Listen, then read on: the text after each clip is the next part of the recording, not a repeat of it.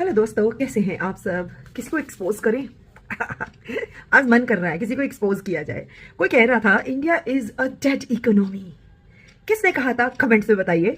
और भाई, European union की हेड जो है वो रिपब्लिक डे पे आती हैं और deal of mother of all the deals sign होती हैं भारत के साथ। और उनकी भाषण के अंदर का मैं बता रही हूँ, क्योंकि विदेशों को ही तो पैरामीटर बनाया जाता है ना भारत के विश्व गुरु या भारत की कामयाबी के लिए।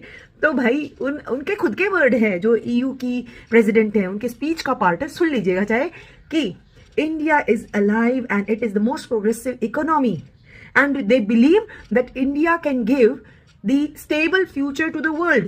So Bharat is the one who can actually become a world guru, Vishwa guru, so that the world will have the peaceful environment for everybody.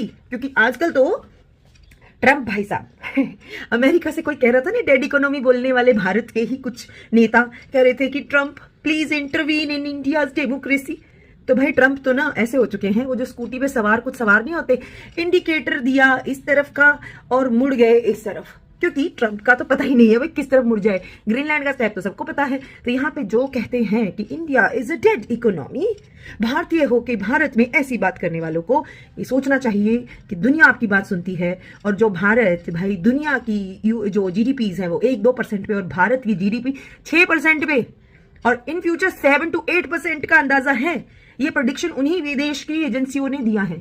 शर्म करो वो नेता जो भारत की इकोनॉमी को डेड इकोनॉमी बोल रहे हैं। हो गया ना एक्सपोज। इसी को बोलते हैं एक्सपोज करना।